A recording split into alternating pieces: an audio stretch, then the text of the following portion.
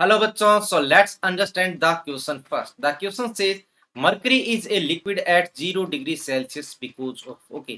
So हमें पता है कि मरकरी जो एलिमेंट है हमारे पास Hg, ये किस स्टेट में पाया जाता है? लिक्विड स्टेट में पाया जाता है।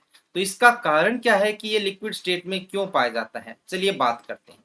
देखिए मरकरी जो है हमें पता है ZnCdHg उस ग्रुप का है। इसका मतलब इसका जो ग्रुप नंबर है वो क्या रहता है? 12।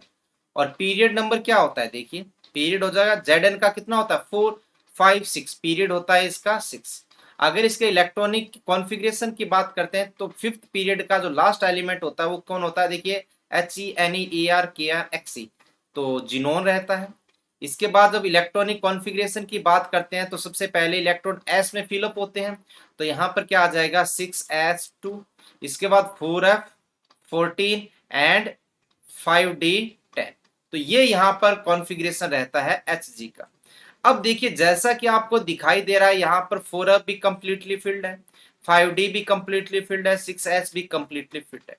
तो जो इनका ग्रुप होता है, ग्रुप नंबर 12 ZnCdHg, इनकी जो बॉन्डिंग कैपेसिटी होती है, मगर मैं बात करूं मेटेलिक बॉन्ड स्ट्रेंथ, वो कम होती है। क्यों?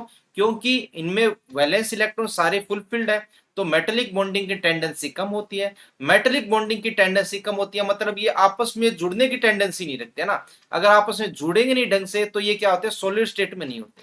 बाकी जितने भी एलिमेंट्स होते हैं उनमें वैलेंस इलेक्ट्रॉन्स पाए जाते हैं, वैलेंस अनपेयर्ड इलेक्ट्रॉन। इस कारण से उनकी मेटेलिक बॉन्डिंग स्ट्रॉन्ग होती है, और आपस में जितनी स्ट्रॉन्ग बॉन्डिंग होगी तो उनका जो इंटरमोलिकुलर फोर्स है जो मेटेलिक बॉन्डिंग के कारण है, तो एक दूसरे के क्लोज लाएंगे और वो किस में कन्वर्ट होने लगते हैं? सॉलिड में। अगर वीक फोर्स है तो लिक्विड में कन्वर्ट होते हैं, और फोर्स बहुत वीक है तो किस में चेंज हो जाते हैं? गैसेस में। तो इनका फोर्स इतना ज्यादा स्ट्रॉन्ग नहीं होता है, जिस कारण से ये किस में कन्वर्ट हो जाते हैं?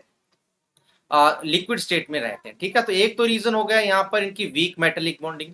साथ ही साथ देखिए यहाँ पर इनकी आयोनाइजेशन एनर्जी भी हाई होती है। देखिए अगर आयोनाइजेशन एनर्जी लो होती तो इलेक्ट्रॉन आसानी से अनपेयर्ड हो जाता और आसानी से मेटेलिक बॉन्डिंग करते, और इनका जो होता सॉलिड स्टेट में पाए जाते। लेकिन यहाँ पर अभी क्या हो रहा है? यहाँ पर हो रहा है, यहाँ पर अनपेयर्ड इलेक्ट्रॉन आसानी से नहीं हो सकता। रीजन, यहाँ से एक इलेक्ट्रॉन निकालना मुश्किल है, क्योंकि यहाँ पर 5d इलेक्ट्रॉन्स 4f इलेक्ट्रॉन्स होता है। तो ये होने के कारण हमें पता है कि Z इफेक्टिव इक्वल टू होता है Z माइनस सिग्मा। तो इनके पास वीक सिल्डिंग इलेक्ट्रॉन बहुत ज्यादा है। कौन से इलेक्ट्रॉन? Weak shielding electron. तो वीक सिल्डिंग इलेक्ट्रॉन ज्यादा होने के कारण इनका सिग्मा क्या होता है? वीक।